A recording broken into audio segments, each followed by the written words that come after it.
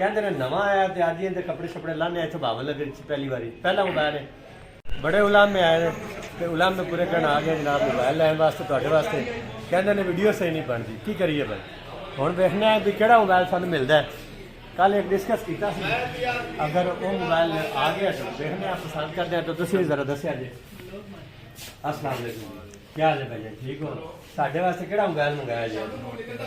Note 13 pro मंगाया जी ए नाल जी दसो तुसीं भी दस्या जी मोबाइल कैसा है।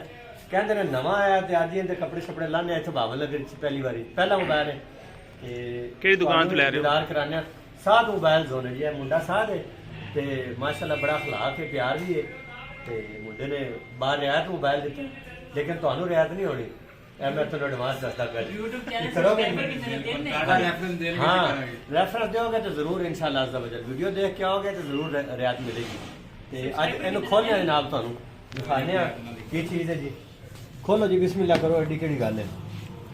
नाज़रीन नूं दिखाओ मोबाइल बिल्कुल नवा मोबाइल आया जी नया मॉडल है रेडमी का।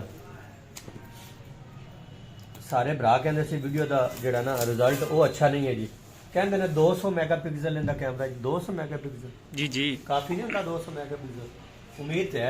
गुजारा अच्छा करेगा। दिखाओ जी दोस्तों माशाल्लाह वाह जी वाह सोना 13 प्रो मैक्स जो आईफोन है ना वो ही लगन दिया लगता तो मैं आईफोन ही सब्सक्राइबर कितने हैं 3 के 2 कौन बननगे सब देखो ना नाज़रीन मजाक देखो लोग किवें करते ने ये तुहाडे जेड़ा भरावां दा प्यार वंडिया ओनू एक चौके बाहर सुटन लगे कहंदे 2 सब्सक्राइबर जबकि 3 के हो चुके तुहाडा बहुत शुक्रिया देखने वाले दा।